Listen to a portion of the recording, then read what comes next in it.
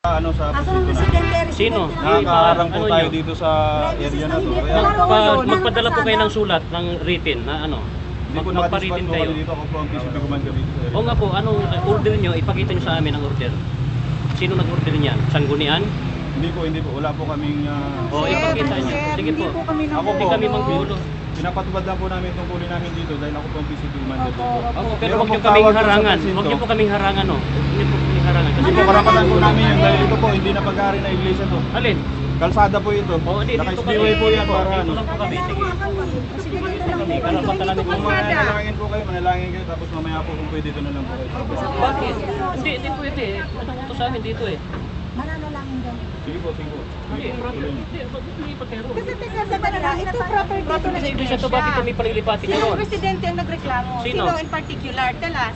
Kabila ko Kasi yung residente rin. itong presidente dito, Oh. iglesia sa loob. Iglesia kami.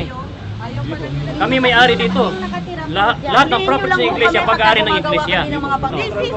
Huwag yung Internal gagawin niya. affairs. Dahil May mga media, may mga media. Mga Ito na to. Sige po. Mananalangin kami. Sige mga kapatid, dali kayo.